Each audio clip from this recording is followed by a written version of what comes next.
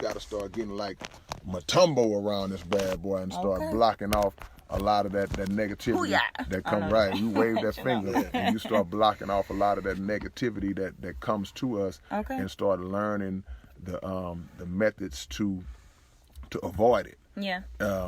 Avoiding negativity is like not easy. Huh? It's not easy. Oh, it's not. No, it's definitely not easy. So much around us. Oh my Lord. Without a doubt. But avoiding it, I compare it to if you get in your car and you say, I'm getting ready to go home. And when you get ready to go home, you know exactly the direction that you need to go in order to go home. But you might not be familiar with that route, so you know it's traffic. It's going to be traffic this way. It's going to be they always got something going on this way. So you start to maneuver through it. And like Kisto said, you know which way not to go. Right. So that's the thing in life when those things start to come. You know what?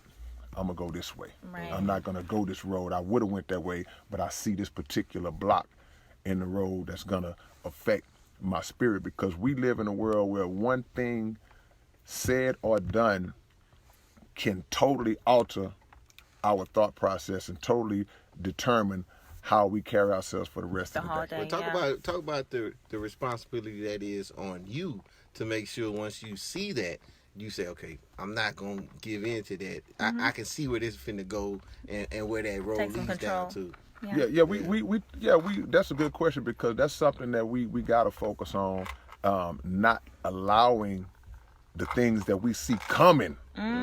We see it coming. Right. You know, it's like playing ball. It's like, you know what?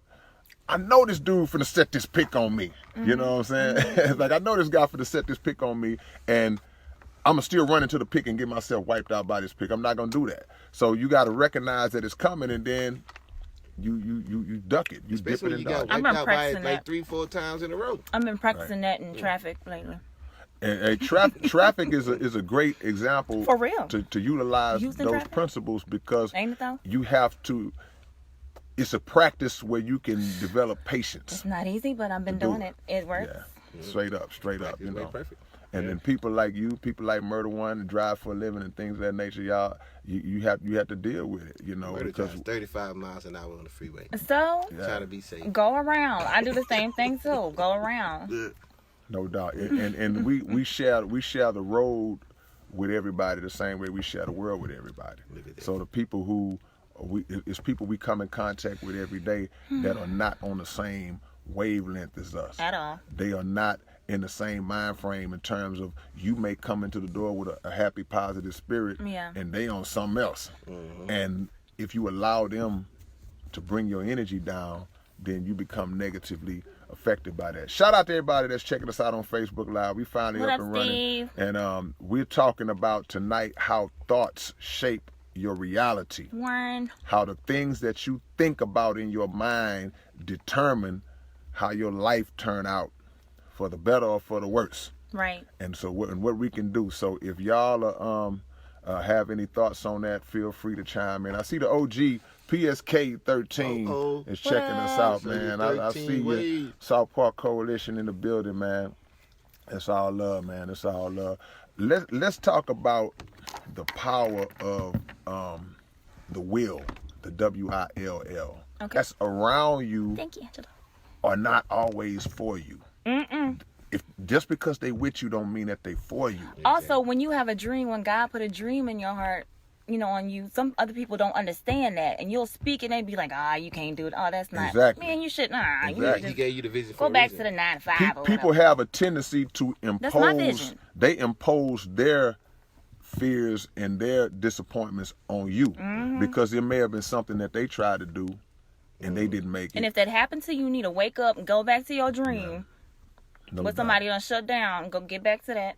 And you remove yourself from those type of people. For real. You know? Write that book. You can love them. Hey, I mean, you know, you cool with me, but you're too negative. Can't do it. you can, like, I got a song called Diamonds in the Trash Can. They say, don't put diamonds in the trash can. Don't deposit your dream. Don't share your dreams with negative people.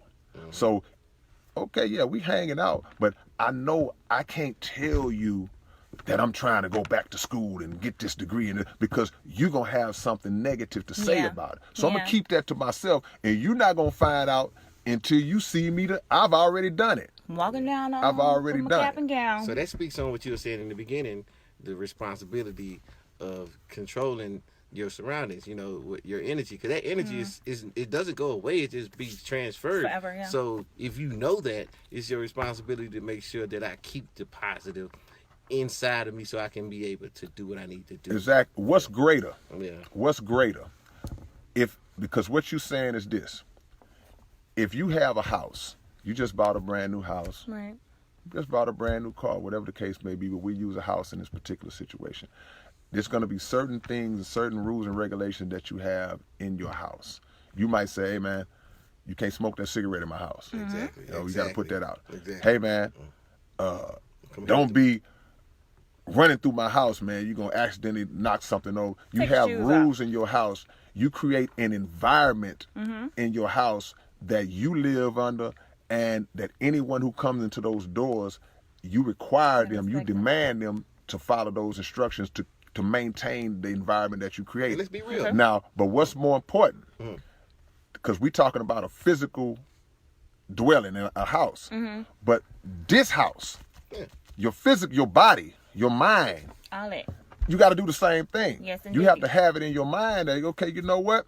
There's a certain set of rules and regulations that you have to abide by if I'm going to allow you into my mind, into my energy. Amen. It's the same thing. Yeah. So when that happens, you have these same people. You can smoke your cigarette, but you can't smoke it in my house. And why you say that? Because ultimately, the reasons why you make those rules for your house is because it fits you. Yes. Productive, being productive in the best way that you can. No doubt. So you can't come in here with that because it's gonna mess me off and where I'm Right. trying to do and where I'm trying to go in my house.